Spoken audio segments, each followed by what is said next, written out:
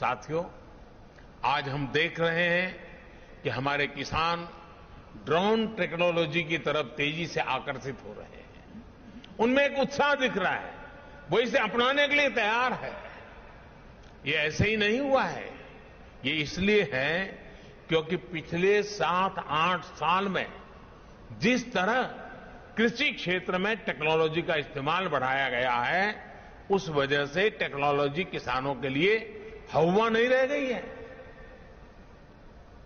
और एक बार किसान उसको देखता है, थोड़ा अपने हिसाब से उसका लेखा जोखा कर लेता है, और अगर उसका विश्वास बैठ गया तो स्वीकार करने में देर नहीं करता है। अभी मैं बाहर जब किसानों से बात कर रहा था तो मध्य प्रदेश के एक इंजीनियर मुझे बता रहे थे कि मुझे तो लोग अब ड्रोन वाला करके ये बुलाते, बोले मैं इंजीनियर हुआ लेकिन अब तो मेरी पहचान ड्रोन वाले की हो गई है। उन्होंने मुझे कहा कि साहब देखिए, मैंने उनको कहा कि आप क्या भविष्य क्या देखते हैं, तो उन्होंने मुझे कहा साहब देखिए, जो पल्सीज मामला है ना हमारे यहां, उसकी खेती बढ़ेगी और उसमें कारण एक ड्रोन होगा। मैंने कहा कैसे? उन्होंने कहा साहब पल्सीज की खेती होती है तब उसकी फसल की ऊंचाई ज्यादा हो जाती है, तो किसान अंदर जाकर के दवाई बवाई के लिए उसका मन नहीं करता है, मैं कहां जाऊंगा, वो छिड़काव करता, आधी तो मेरे शरीर पे पड़ती है, और बोले इसलिए उस फसल की तरफ वो जाता ही नहीं है। बोले अब ड्रोन के कारण ऐसी जो फसलें हैं जो मनुष्य की ऊंचाई से भी कभी कभी ऊंची होती हैं, ड्रोन के कारण उसकी देखभाल, उसकी दवाई का छिड़काव बोले इतना आसान होने वाला है कि हमारे देश का किसान आसानी से पल्सीज की खेती की तरफ जाएगा। अब ये एक व्यक्ति गांव के अंदर किसानों के साथ जुड़ने के साथ काम करता है तो चीजें कैसे बदलाव आता है, उसका अनुभव उसका सुनने को मिलता है।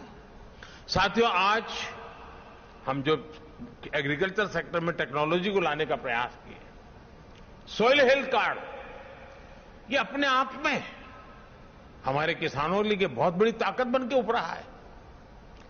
और मैं तो चाहूंगा जैसे ये ड्रोन की सेवाएं हैं, गांव गांव सॉइल टेस्टिंग की लैब बन सकती है, नए रोजगार के क्षेत्र खुल सकते हैं, और किसान अपना हर वर्ष सॉइल टेस्टिंग करा करके तय कर सकता है कि मेरी मिट्टी में ये आवश्यकता है, ये जरूरत है। माइक्रो इरिगेशन, स्प्रिंकलर, ये सारी बातें आधुनिक सिंचाई व्यवस्था का हिस्सा बन रही है।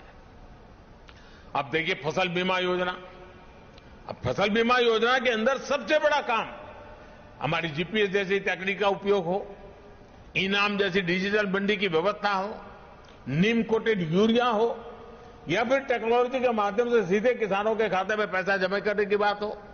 बीते 8 साल में जो ये प्रयास हुए हैं, उसने किसानों का टेक्नोलॉजी के प्रति भरोसा बहुत ज्यादा बढ़ा दिया है। आज देश का किसान टेक्नोलॉजी के साथ कहीं ज्यादा कंफर्टेबल है, उसे ज्यादा आसानी से अपना रहा है। अब ड्रोन टेक्नोलॉजी हमारे कृषि सेक्टर को दूसरे लेवल पर ले जाने वाली है। किस जमीन पर कितनी और कौन सी खाद डालनी है, मिट्टी में किस चीज की कमी है, कितनी सिंचाई करनी है, ये भी हमारे यहां अंदाजे से होता रहा है।